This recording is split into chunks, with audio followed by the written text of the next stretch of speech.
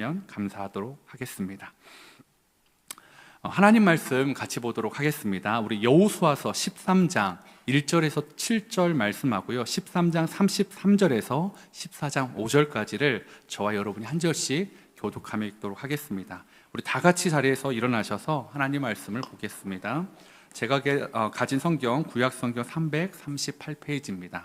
제가 먼저 읽겠습니다. 여호수아가 나이가 많아 늙음에 여호와께서 그에게 이르시되 너는 나이가 많아 늙었고 얻을 땅이 매우 많이 남아 있도다.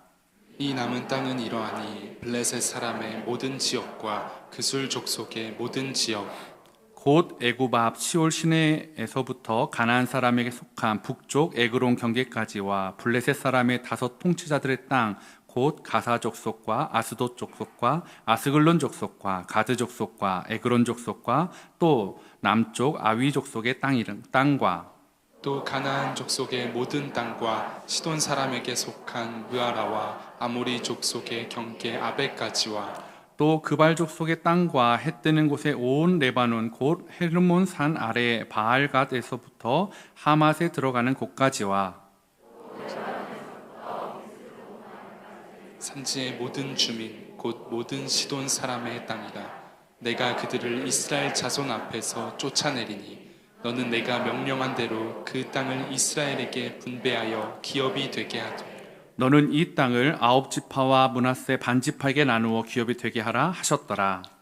오직 레위 지파에게는 모세가 기업을 주지 아니하였으니 이는 그들에게 말씀하신 것과 같이 이스라엘의 하나님 여호와께서 그들의 기업이 되심이었다.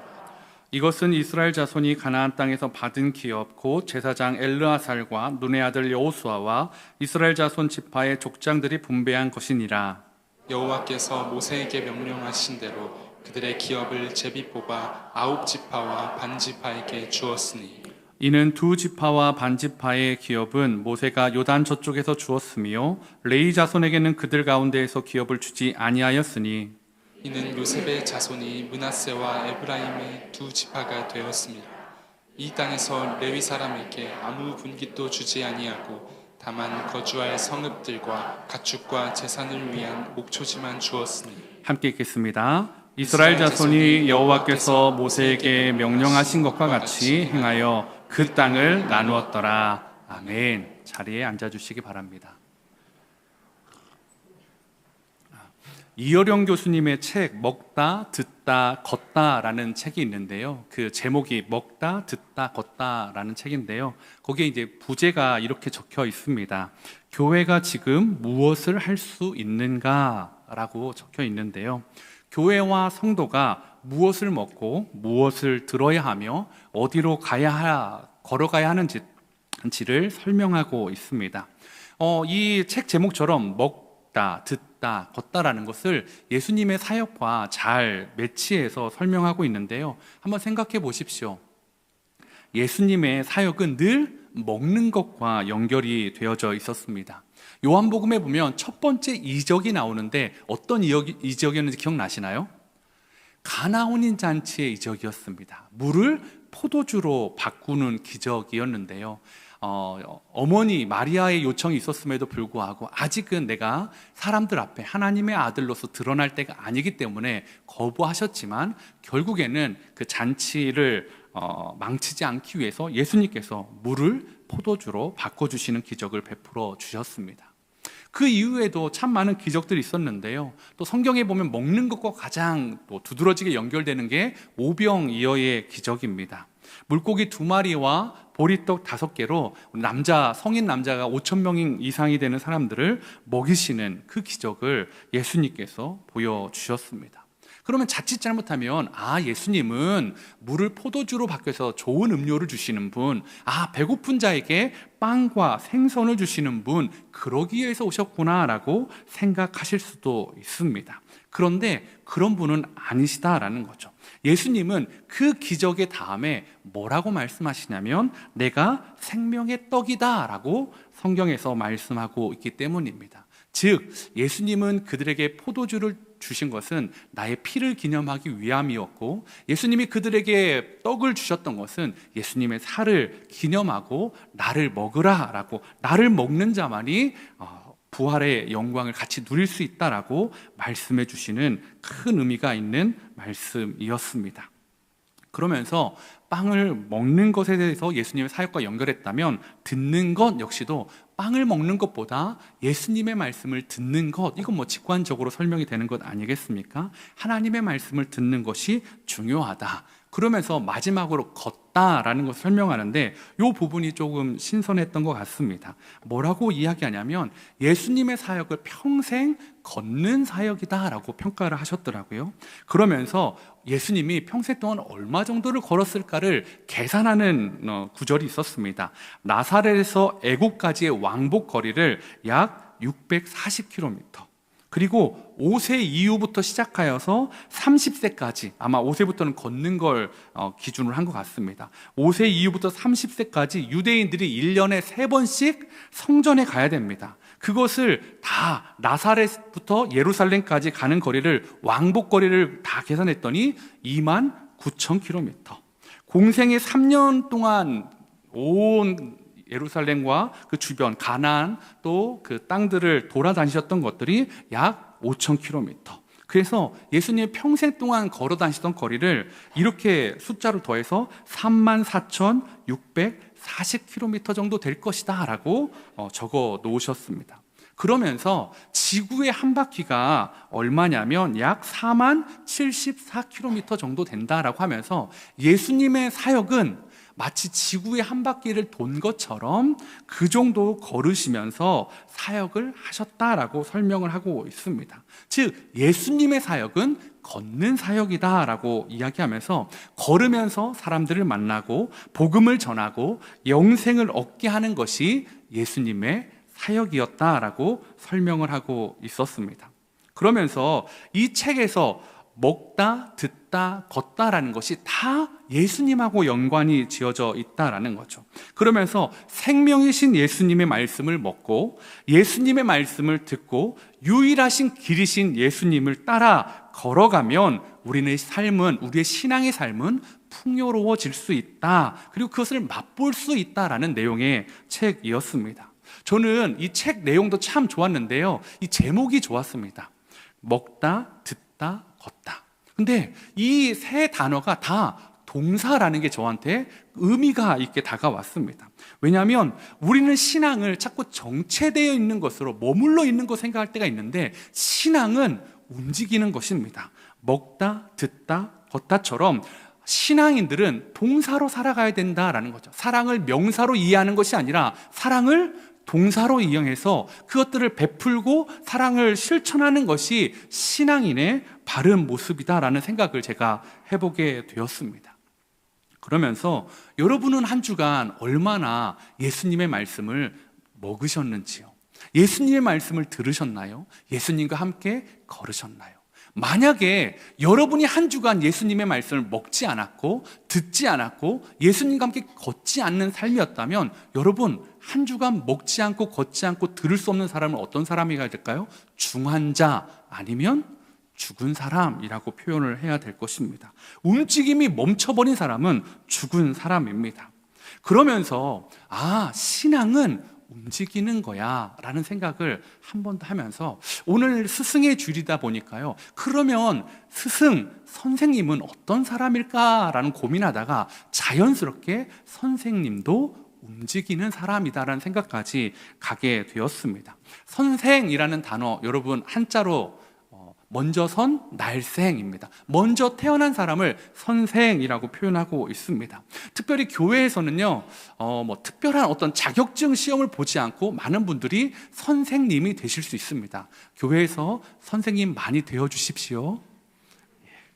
저는 대학교 들어가서 바로 교사 선생님이 됐는데요. 그러니까 제가 청년이었는데요. 사실은 주일학교 이제 교회에서의 교사는 나이를 보지 않습니다. 그래서 제가 선생님으로 했을 때 저는 갓 20살, 그리고 제일 어르신은 장로님.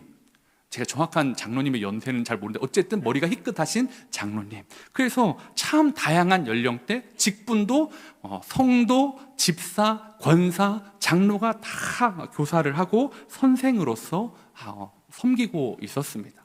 그러면서 제가 드는 생각이 만약에 어떤 이 선생님에 대한 조건을 둔다면 저는 이 20살부터 교사를 하지 못했을 거다라는 생각을 해보게 되었습니다. 뭔가를 이루어야 되는 것, 뭔가 어떤 경지가 이르렀을 때 선생을 할 수 있다면 20살 갓 대학에 올라간 제가 어떻게 그 아이들에게, 중고등학교 아이들에게 또 주일학교 아이들에게 그들의 선생님이 될 수 있었겠습니까? 그런데 오늘 성경을 보니까 선생은 무언가를 이룬 사람이 아니더라고요. 오늘 이 책 제목 그대로 먼저 예수님을 믿고요, 예수님을 먹는 사람, 예수님의 말씀을 듣는 사람, 예수님과 함께 걸어가는 분들이 선생님이라고 생각하게 되었습니다. 그렇다면 제가 아까 설교 초반에 인사 한번 해보실까요? 옆에 있는 분이 선생님이라고 생각하시고 한번 인사해 보십시오라고 했는데, 저는 그것도 틀리지 않다라고 생각합니다. 왜냐하면 저와 여러분은 예수님을 먹고 예수님의 말씀을 듣고 예수님과 함께 걸어가는 사람이기 때문입니다. 여러분 어떠세요? 선생님은 예수님의 말씀을 먹고 듣고 걸어가는 사람이라면 누구나 될 수 있을까요? 안 되나요? 임용고시를 봐야 될까요? 저는 교회는 이것이 가장 중요한 기준이 되어야 된다고 생각을 하고 있습니다. 그런데 제가 이전 교회에서 주일학교 사역을 굉장히 오래 했었거든요. 한 13년 정도를 했었는데 늘 연말이 되면 가장 고민되는 게 이거였습니다. 목사님, 저 교사 그만두려고요. 늘 이게 숙제였어요. 그래서 막 이제 연말이 되면 늘 불안했어요. 누가 이분이 계속 할까? 그만두실까? 근데 제가 많은 분들을 떠나보내고 또 교사로 받고 했는데요, 그분들이 말했던 조건들은 다 이런 것이었습니다. 목사님, 제가 성경적인 지식이 부족해서 교사를 못할 것 같아요. 목사님, 제가 성품이 이래서 저는 좀 안 될 것 같아요. 저는 공과 공부하는 게 너무너무 힘들어서 안 될 것 같아요. 저는 아이들을 안 사랑해서 안 될 것 같아요. 그런 이유가 교사를 안 할 수 있는, 선생님이 안 될 수 있는 충분한 이유가 되기도 합니다. 그런데 저한테 한 분도 저는 예수님을 먹고 예수님을 듣고 예수님과 걸어가는 거에 미숙해서 저는 교사가 선생님이 될 수 없을 것 같습니다 라고 하시는 분은 없었던 것 같습니다. 사랑하는 성도 여러분, 여러분은 어떠십니까? 여러분은 나는 지금 선생님은 아니야, 난 주일학교 교사 아니야 하지만 여러분은 누군가에게 먼저 태어난 사람, 그리고 여러분을 보고 걸어가고 있는 사람이 있는 선생님들이십니다. 그렇다면 여러분은 어떻게 해야 될까요? 예수님의 말씀을 먹고 예수님의 말씀을 듣고 예수님과 함께 걸어가는 모습을 교회에서 보여주셔야만 합니다. 오늘 제가 왜 이 제목에 꽂혔냐면 여호수아가 먹다, 듣다, 걷다에 너무나 잘 부합되는 사람이었습니다. 여호수아는 가장 많이 먹었던 게 무엇일까요? 만나였습니다. 그는 일평생의 반절 이상을 만나만 먹었던 사람이었습니다. 평생 하나님이 주시는 양식을 먹었던 사람, 평생 하나님이 모세에게 해주셨던 말씀을 들었던 사람, 하나님이 자신에게 해주셨던 말씀을 들었던 사람, 그리고 평생 중에 반절 이상을 광야에서 걸었던 사람, 그 사람이 여호수아였습니다. 그러면 이렇게 하나님 편에 서서 하나님의 말씀을 먹고 듣고 걸어갔던 사람이라면 어떠한 평가를 받아야 될까요? 야, 잘했다, 애썼다, 수고했다라는 평가를 듣는 게 당연할 것 같지 않습니까? 그런데 오늘 성경에는 조금 그것과는 전혀 다른 평가가 이야기하고 있습니다. 여호수아서 13장 1절인데요. 함께 읽도록 하겠습니다. 시작.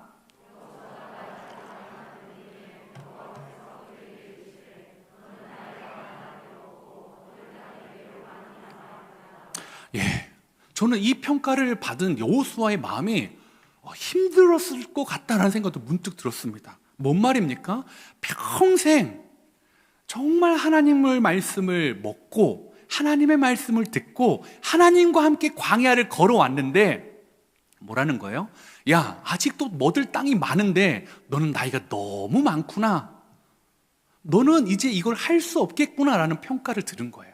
아니, 평생을 하나님께 올인했어요. 정말 모든 사람이 아니다 할 때도 여호수아와 갈렙만큼은 할 수 있다라고 믿음을 고백을 했습니다. 모든 사람이 불평할 때도 자신만큼은 하나님 말씀에 순종해를 몸부림쳤던 사람, 광야에서도 하나님의 음식에 불평하지 않고 감사하며 살아가려고 했던 사람, 그게 여호수아 아닙니까? 그렇게 먹고 듣고 걸어왔는데 하시는 말씀이, 야, 너 평생 했는데 아직도 하지 못한, 이루지 못한 이 땅이 이렇게 많고 너는 늙었네? 뭡니까? 제가 만약에 여호수아였다면, 와, 하나님도 토사구팽이네? 와, 이거 하나님 너무하신 거 아니야? 와, 이거 내가 젊었을 때는 그렇게 막 어떻게든 날 쓰려고 하더니 이제 나이가 먹었다고 나한테 너 여기서 이제 그만해야 될 것 같다라고 말씀하시면 저는 하나님 앞에 따질 것 같습니다. 그런데 그러면 가나안 땅의 정복은 실패한 거냐라는 거죠. 여호수아는 토사구팽, 땅 정복은 실패 아니잖아요. 그죠? 오늘 하나님은 이렇게 말씀하신 이유가 있었습니다. 여전히 요단 그 서편 땅에 정복해야 될 땅이 많았음에도 불구하고 그것을 여호수아에게서 이제 너는 아직 차지할 땅이 많은데 나이가 많으니까 너는 다른 사람에게 그것을 일임해라 라고 말씀해 주고 있다라는 것입니다. 그러면서 이렇게 말합니다. 여호수아서 13장 7절에 너는 이 땅을 9지파와 므낫세 반지파에게 나누어 기업이 되게 하라 하셨더라. 하나님은요, 한 명의 지도자를 세우는 것이 아니라 다시 지파별로 리더를 세워라 라고 말씀을 해 주셨습니다. 그러면서 이제는 뭐라고 말씀하시냐면 기업이 되게 해 주어라 라고 말씀하고 있다라는 거죠. 결국 그것을 하나님께 기업으로 받을 것이다 라고 선포하고 있다라는 것입니다. 여전히 많은 땅을 차지해야 되고 남아있지만 그 땅들은 내가 너에게, 너희 다른 지파 사람들에게 기업으로 주겠다라고 말하고 있다라는 거죠. 여호수아는 실패한 사람이 아니었습니다. 왜냐하면 여호수아의 기업이 무엇입니까? 가나안 땅이었습니까? 아니었습니다. 여호수아는 평생에 가나안 땅을 먹고 듣고 걸어왔던 사람이 아니라 하나님의 말씀을 듣고 먹고 걸어왔던 사람입니다. 여호수아의 기업은 가나안 땅에 얼마만큼 땅을 차지하는 것이 성패가 아니라 하나님과 동행하는 것이 하나님이 그의 기업이 되어주셨기 때문에 여호수아는 자신의 인생의 끝자락에 다다랐음에도 불구하고 여전히 많은 땅이 남아있었음에도 불구하고 그는 땅을 차지하는 것은 여전히 불완전했지만 자신의 기업이신 여호와를 차지하는 일에는 실패하지 않았습니다. 한 번도 하나님을 실패하지 않았습니다. 하나님을 늘 붙잡고 여호와는 나의 기업이시라고 고백하면서 걸었던 그 여호수아의 모습을 통해 오늘 하나님을 기업으로 삼은 사람의 특징을 한 3가지 정도 우리 성도님들과 나누려고 합니다. 첫 번째는요, 내가 아니라 하나님이 드러난다라는 것입니다. 한번 생각해 보았습니다. 왜 하나님은 여호수아를 통해서 끝까지 가나안 땅을 정복하지 주지 않으셨을까?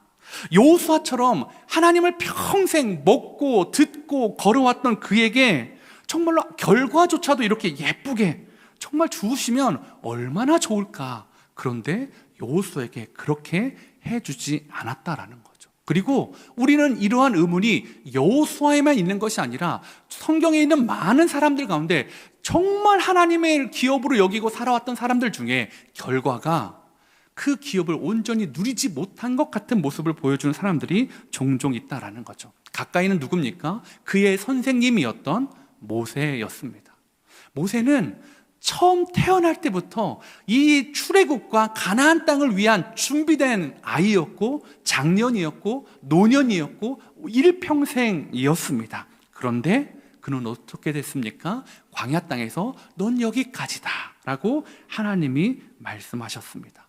온 이스라엘을 진두지휘하며 홍해를 가르고 광야를 지나왔던 그에게 넌 여기까지다 라고 말씀하시면서 들어가지 못하게 하셨습니다.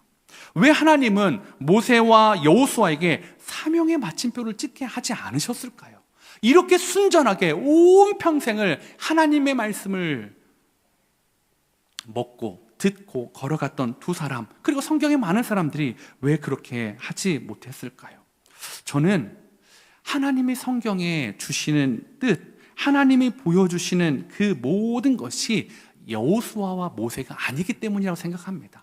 만약에 하나님이 드러내고 싶으신 것이 한 사람의 완벽한 인생이었다면 모세를 통해, 여호수아를 통해 그 가나안 땅 정복을 완성하셨을 텐데, 하나님은 이 전쟁이 여호수아가, 모세가 드러나는 전쟁이 아니다라는 것을 보여주고 싶으셨습니다. 그래서 그렇게 열심히 살았던 그들에게 여기까지다라고 했을 때, 그들은 약속의 땅이 기업이 아니라 하나님이 기업이셨기 때문에 조금은 섭섭할 수도 있고, 조금이 아니죠, 너무너무 들어가고 싶어 했던 그 땅이 눈앞에 있음에도 하나님이 기업이시기 때문에, 나는 이미 기업을 차지했기 때문에 하나님이 원하신다면 나는 여기에 머무르겠습니다 라고 말하고 있다라는 것입니다.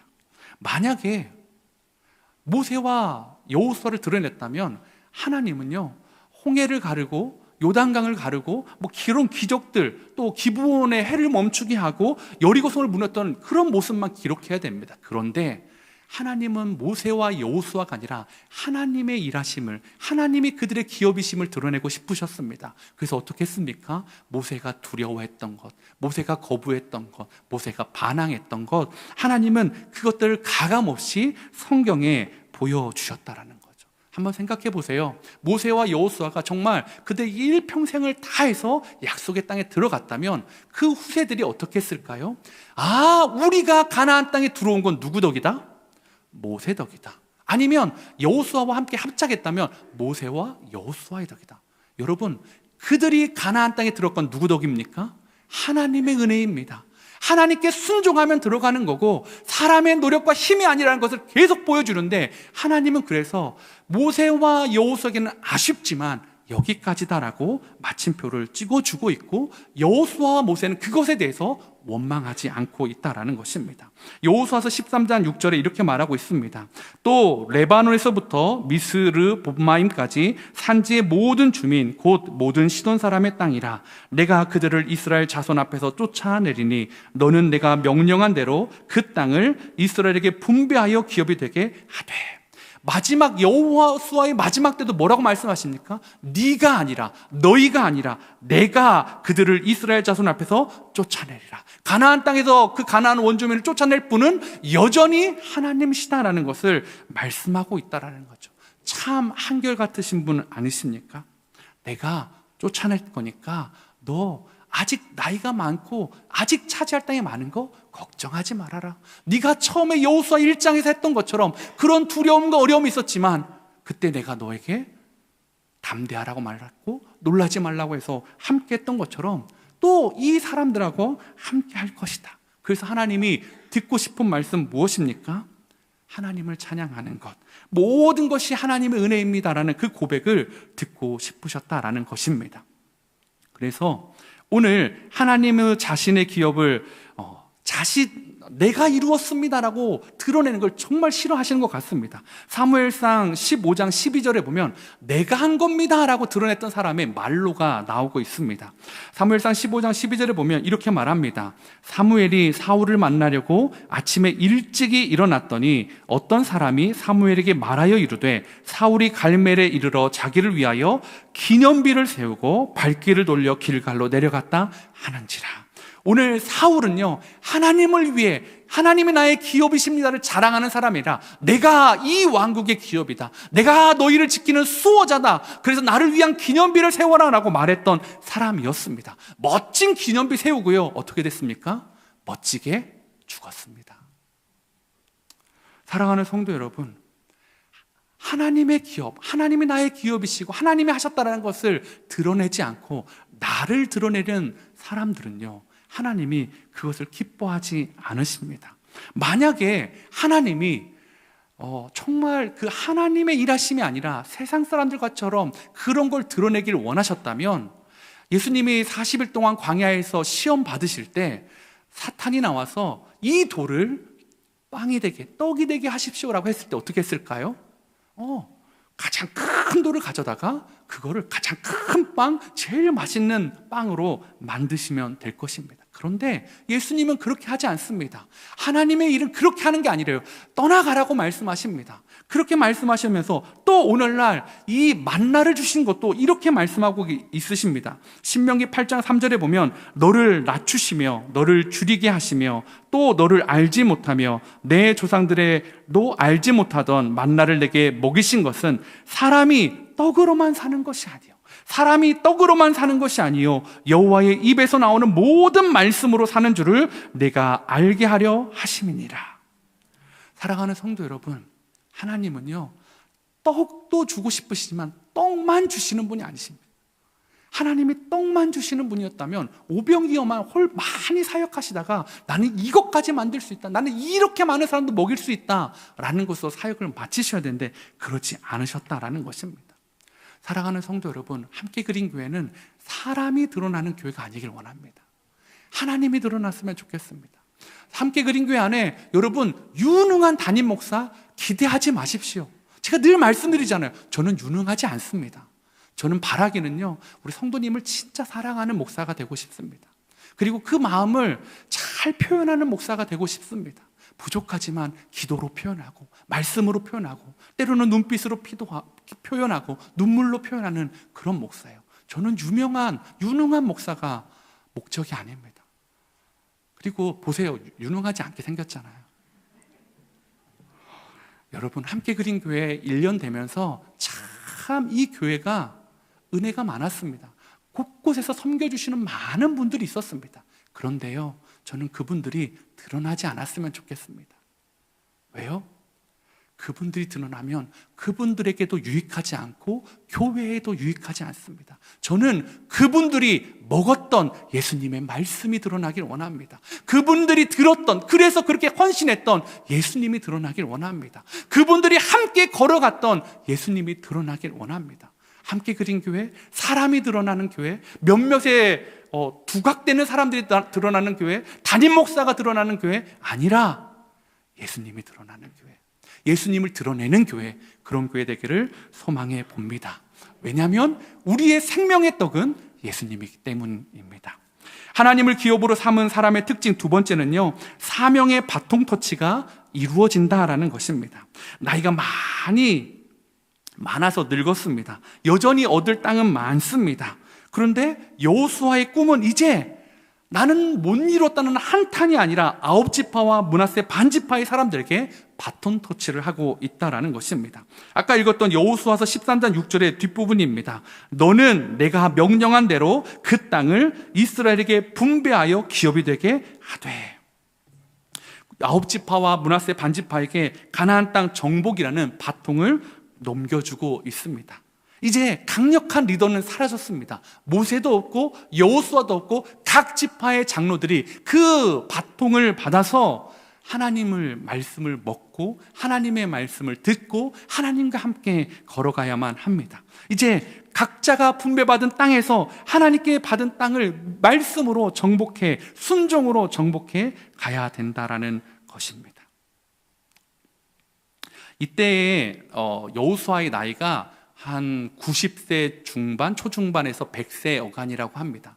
그러면 생각해 보세요. 여호수아가 110세에 죽었습니다. 그러면 여호수아의 남은 날이 짧게는 10년, 길게는 한 15년이라고 하면, 여러분 만약에 여호수아가 하나님의 기업으로 삼지 않는 사람이고 내가 이루고 싶다라는, 내가 바톤 터치하고 싶지 않아요, 나는 내가 끝까지 완수하고 싶어야 하면 어떻게 기도해야 될까요? 하나님은 하루에도 이 일을 하실 수 있는데, 하나님 저에게는 10년, 길게는 15년이 남았는데 하나님 저 더 강건하게 해주십시오. 저 칼 휘두를 수 있는 힘 주십시오. 저 90세 넘었는데 싸울 수 있게 해주십시오. 저 이거 몇 년 안에 할 수 있도록 저를 좀 도와주십시오. 이렇게 기도하지 않았겠습니까?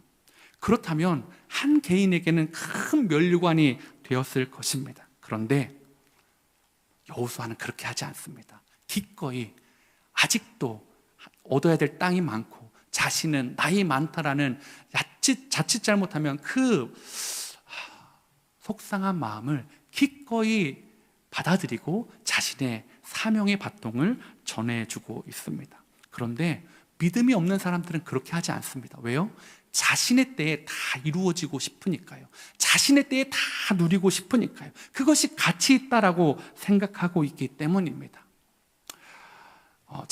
저는 주일학교 사역을 13년을 했습니다. 초등학교 1, 2학년 아이들이었으니까요. 아이들이, 여러분, 제가 여러분에게 어떤 모습으로 비춰지는지 잘 모르지만 아이들이 저를 정말 사랑해 줬습니다. 여러분이 사랑하는 것 이상으로 사랑해 줬다고 저는 생각합니다. 아낌없이 사랑을 정말 주고 막 달려와서 안아주고 막 했던 아이들이 있는데요. 그 아이들 1, 2학년 때 사랑을 듬뿍 주잖아요. 한 해가 지나면 찾아옵니다. 옆방에 초등부실 갔다가, 목사님, 나는 목사님이 너무 좋은데요. 저 목사님은 뭐가 어쩌고 저쩌고, 어이, 그럼 되니 그 목사님 말씀 좋으시니까 가서 이렇게 해라. 아니에요. 그럼 초등부도 해주시면 됐다, 힘들다. 그런데요, 그 아이들이요, 소년부가 되게도 찾아오는 아이들도 있고요. 그런데 결정적으로 중등부가 되면 어떤 줄 아십니까? 모른 채 합니다. 그래서 너의 인생 목사는 누구니? 그러면 나는 중등부 누구누구 목사님이요, 이렇게 말하더라고요. 유년부는요, 열매를 따먹는 부서가 아니었습니다. 그 아이들한테 인생 목사는 가장 힘들 때, 가장 어려울 때, 방황할 때, 정말 부모님과의 대립이 극한에 있을 때, 중등부, 고등부 때 자신의 옆에 있었던 그 목사님들을, 그 배신감을 여러분 아십니까? 나를 그렇게 찾아왔던 그 아이들이. 그런데 여러분, 저는 그게 하나도 서운하지 않았습니다.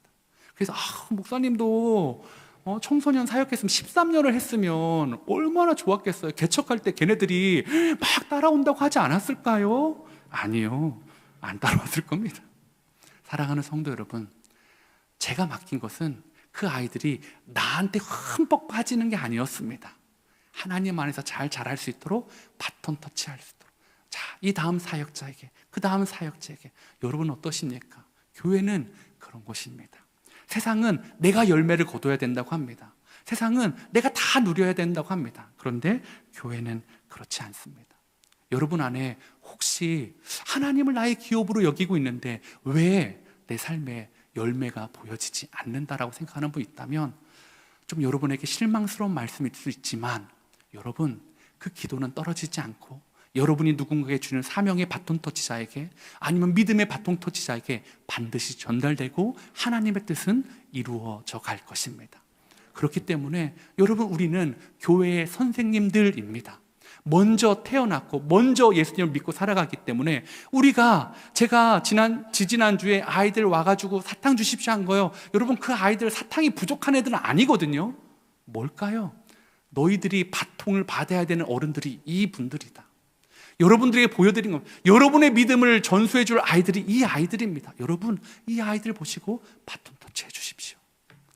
그 아이들은 여러분을 보고 여러분의 꿈을 가지고 여러분의 사명을 바톤 터치해서 함께 그린 교회에서 자라가야 될 아이들이다라는 것입니다. 그래서 우리의 다음 세대가 이렇게 고백하기를 원합니다. 하나님을 온전히 사랑하며 하나님이 나의 기업이십니다. 그 바톤 터치가 이루어지는 함께 그린 교회가 되기를 소망해 봅니다. 마지막으로 하나님을 기업으로 삼은 사람의 특징 세 번째는요, 은혜의 원리로 살아간다라는 것입니다. 하나님을 기업으로 살아가는 사람은 능력의 원리가 아니라 은혜의 원리로 작동되는 사람들입니다. 민수기 33장 54절입니다. 함께 읽도록 하겠습니다. 시작.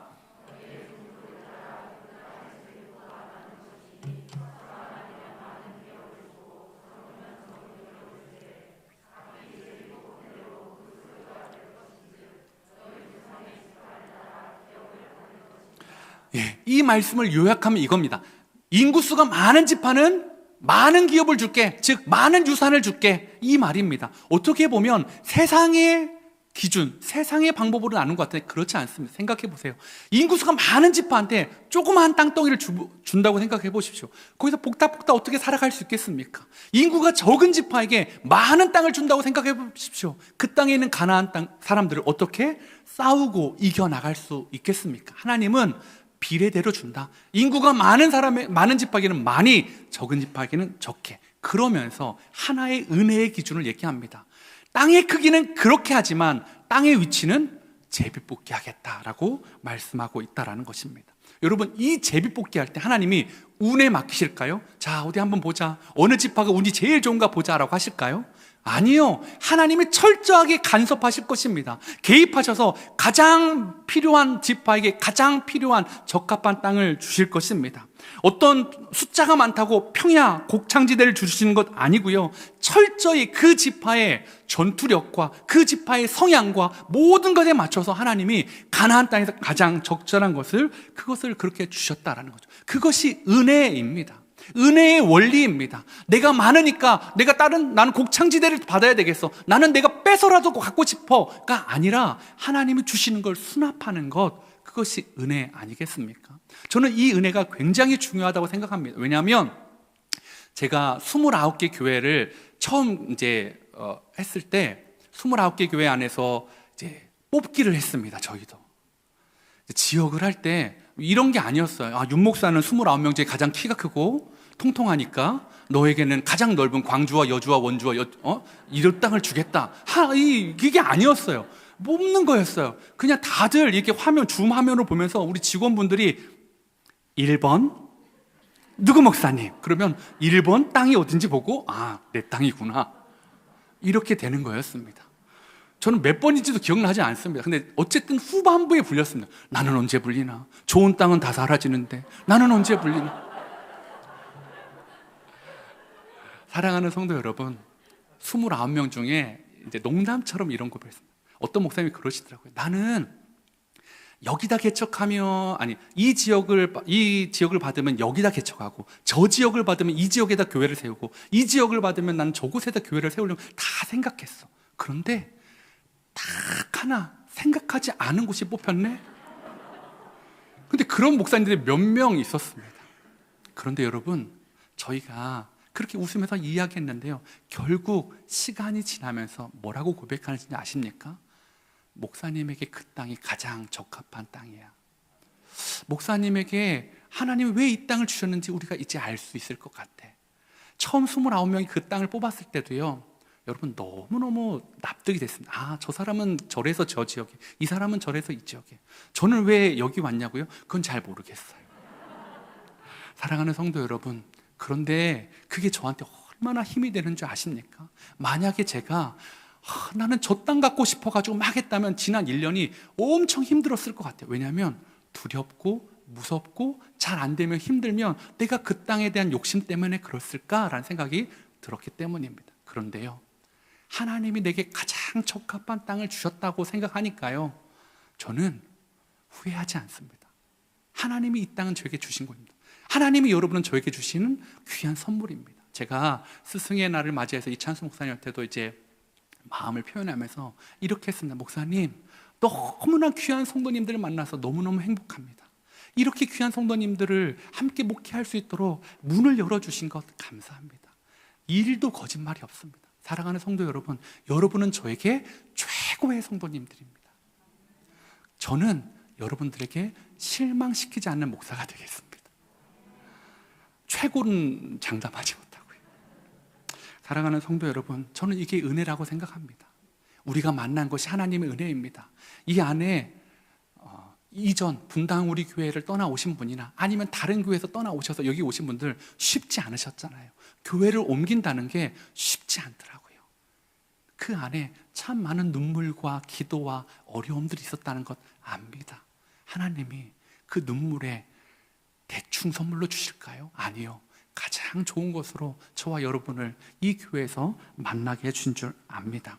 제가 어제 특별히 참 은혜로운 시간이었는데요, 세례 입교 이렇게 문답을 하는 시간을 가졌습니다. 그런데 사실은 지지난주부터 좀 교회가 제가 이제 능력이 임한 줄 알아서 나도 이제 모세급이 됐나 보다. 왜냐하면 이쪽 뒤에서 물이 솟아나기 시작하더라고요. 근데 너무 이게 맑은 물이 막 솟아나는 거예요. 그래서 내가 이제 반석에서 물 정도, 나도 이제 모세 정도는 되나 보다. 그랬는데 그래도 원인을 알고 싶어가지고 이제 좀 파봤어요. 근데 파다 보니까 좀 이게 좀 악취도 나고 해가지고 진짜 파다가 저는 포기했는데, 우리 교회 성도님들은 참 신실하신 분들입니다. 원인을 알기까지 파십니다.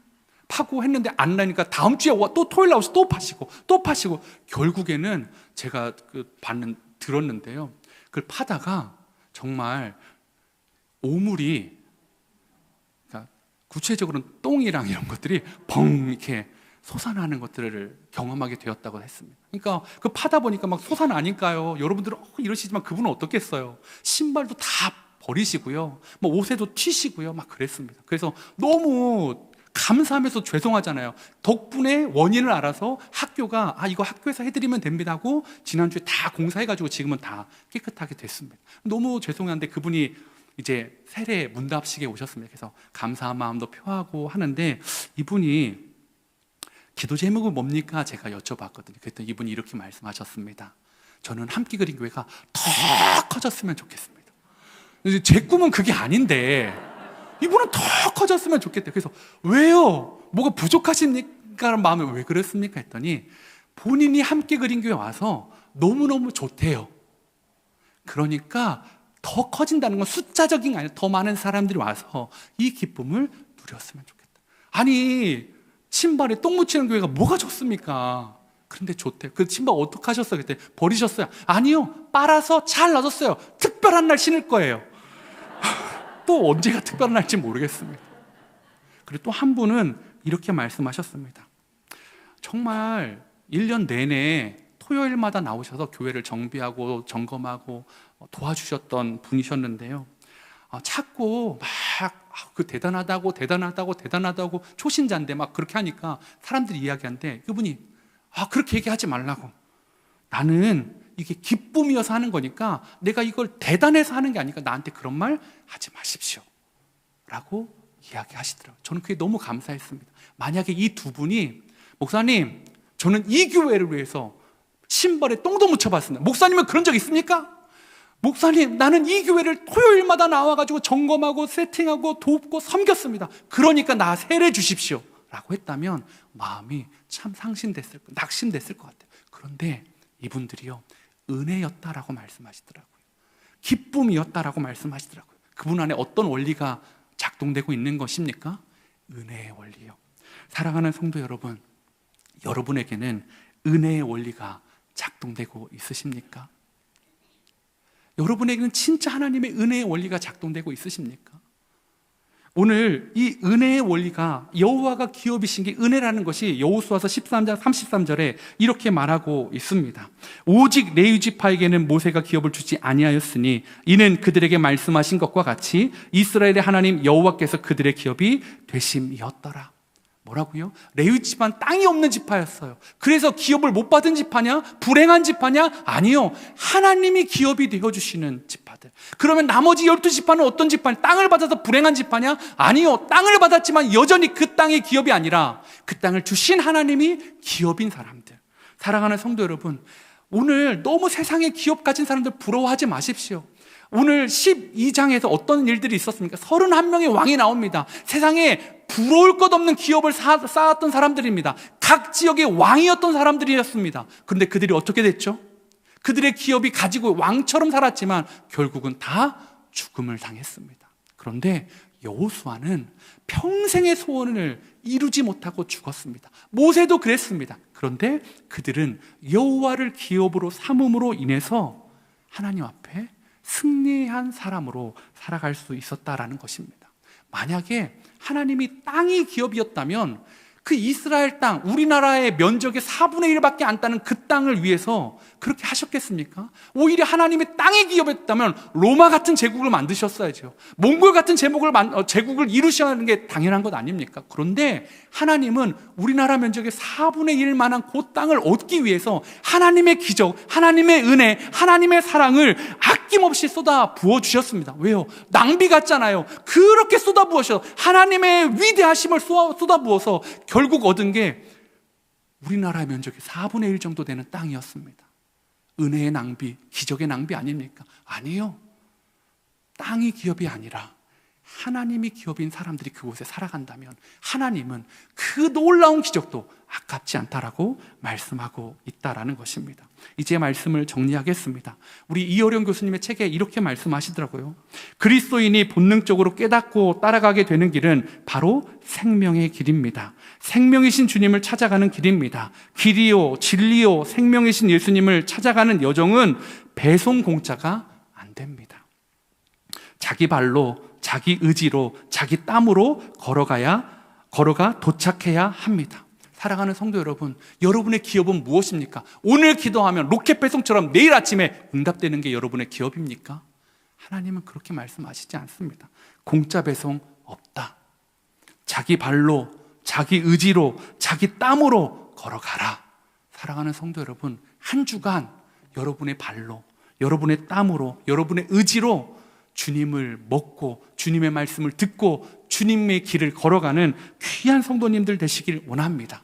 오늘 우리의 기업 되신 하나님 때문에 우리가 기쁨이 되고 즐거움이 되기를 소망하면서 우리 나의 영원하신 기업, 우리 찬송가 435장 함께 찬양하도록 하겠습니다.